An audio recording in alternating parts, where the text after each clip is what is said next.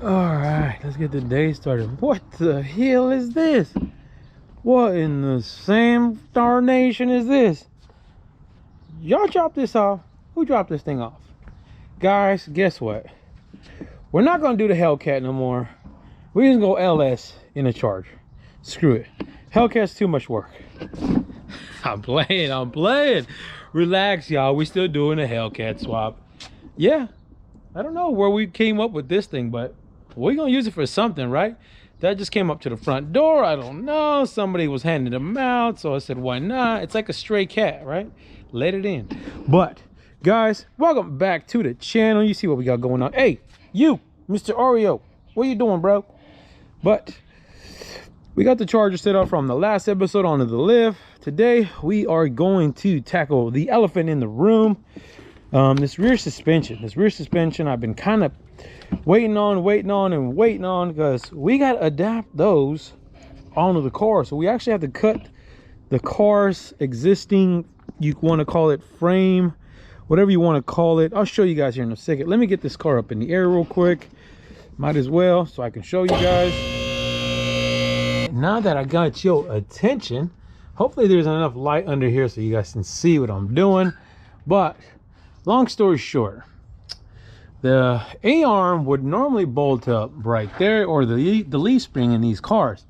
It'd bolt up right there, and then it would travel alongside here and back to the back of the rear end here.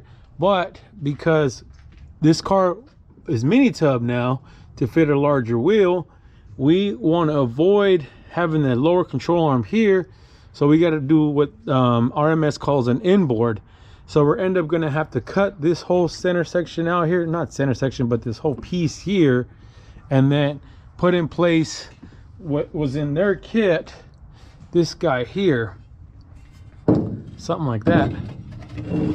So it'll go in here, something like that. So we're gonna have to cut all this stuff up, cut into that wheel well as well a little bit, and that will take in the place of the lower control arm, or I should say this guy will take place of this guy. So now the lower control arm will bolt where those two holes are at inside there. So what it'll do, it'll move the A-arm on the inside so you have more room for tire.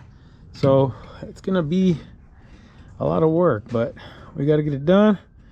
We'll mock this thing up, take some measurements, start cutting, but I do need to cut this out of the way first before we can do anything. So we might as well get started. All right, so we got this thing kind of mocked up. You see what I was talking about here? It's got to be flush there or else it's not going to work. Guys, I apologize for the lighting. You guys could see pretty gloomy out today, but we got it mocked up in line here. Now we made our mark, kind of have our good line to cut. We're going to cut just right underneath it, and then we'll grind away anything we need after that. So we're gonna have to do this to both sides. So I'm gonna start cutting. Just bought this thing not too long ago. I've been wanting to use it. It's a little bit like an angle grinder. It's pretty nice. A Milwaukee angle grinder, a little handheld. So I'm gonna try this guy here. See how this thing works. See how it does.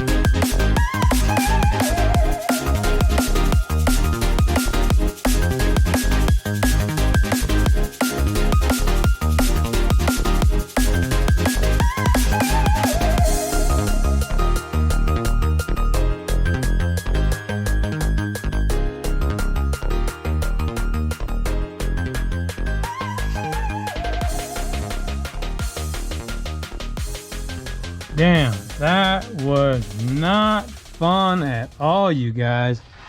Oh my god, what a pain in the ass. Golly, so we got this side prepped up. So guys, this is what I got going on.